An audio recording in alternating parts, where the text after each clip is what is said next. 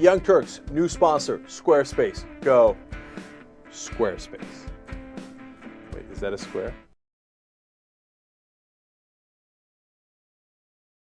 ABC just recently did a story about young boys in beauty pageants, and this is a recent trend. In fact, 10% of all contestants in beauty pageants are now males. And I want you guys to watch this ABC News report about it, and I want you guys to decide whether or not this was the choice of the young boy or if it was the choice of the mother. So let's go to the video and we'll discuss it. Among the glitz and the glamour, the sequins and the hairspray, there are a few contestants on the pageant circuit not quite like the others. They're pageant boys competing for crowns in a girl's world. I'm gonna win this pageant. Tracy Miller says her son Xander is one of the best. I'm always surprised when Xander wins. So it's just like, you put your child in baseball or soccer or swimming. They enjoy doing it, so this is what Xander enjoys. The 6-year-old from Missouri has been competing since he was a baby. You get to win a bunch of trophies and crowns. On the hit show Toddlers and Tiaras, Anything that pampers Xander, he likes. he showed off his beauty regimen that includes manicures and makeup. Oh, we didn't put your clear gloss on your lips. I have to get on makeup to cover my rashes and boo-boos. His 3-year-old brother Casey is even competing now. The beautified brothers are among a small but growing number of boys competing on the pageant circuit. An estimated 10% of contestants are now boys, up from 5% just 5 years ago. Some boys take the stage mere days after being born. I think Kevin did really well. He was awake and wasn't crying. In some cases, pageant moms admit their sons are filling a void. When I see little girls, I always think I could turn my little boys into girls. Stand on the X. These are my girls that I never had. But Tracy insists Xander is living out his own dream. I honestly never thought we would be doing pageants with my son. But he loves it. Everyone loves him. Pageant boys are just the latest in a recent string of well-publicized reports of boys embracing their more feminine or creative sides. This fall, 11-year-old Tyler Wilson was bullied for being the only boy on an all-girl cheerleading squad. It feels horrible that they can't accept me for who I am. And last month, this 5-year-old from Seattle was dubbed Princess Boy because of his desire to wear dresses. His mother has even written a book about it that has ignited a gender feud. The boy is doing nothing wrong except spitting in the face of what is normal, wrote a person on a Princess Boy message board. He will be confused as to what's expected of him as a little boy, wrote another.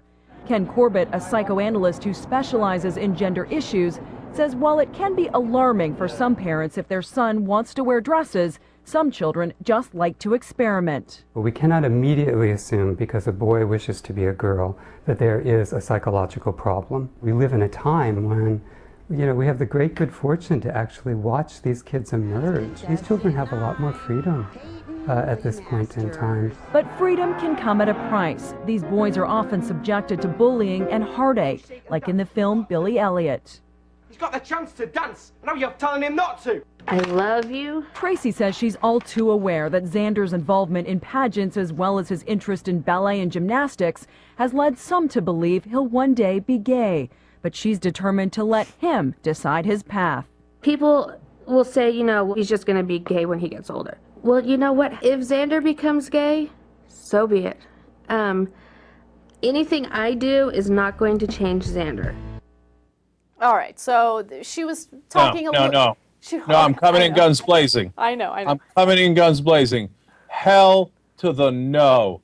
Okay, these pageant moms are sick. Look, I know that sounds really judgmental, but they need to go to a doctor, okay? Because, look, if your son becomes gay later, or he wants to get into pageants, or he wants to wear a dress, and, I don't know what the right age is. I don't know if the age is 12. I don't know if it's 14 or 16. All right, that's a whole different ballgame, okay? I'm not hating on that at all. Right. You start entering him into pageants when he's born, and then you pretend that it's his choice? Yeah. How the hell could it be his choice? And then he's all the way up to 6 years old, and you're putting makeup on him. And she just flat out said it. She said, I want to turn my boys into girls. No, that's not acceptable. Right. And they're not gay. You're doing this.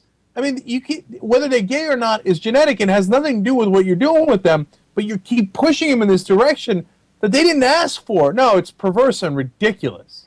Yeah, I agree. And look, the mom who said, I could turn my little boys into little girls, that wasn't Xander's mom. That was another pageant mom.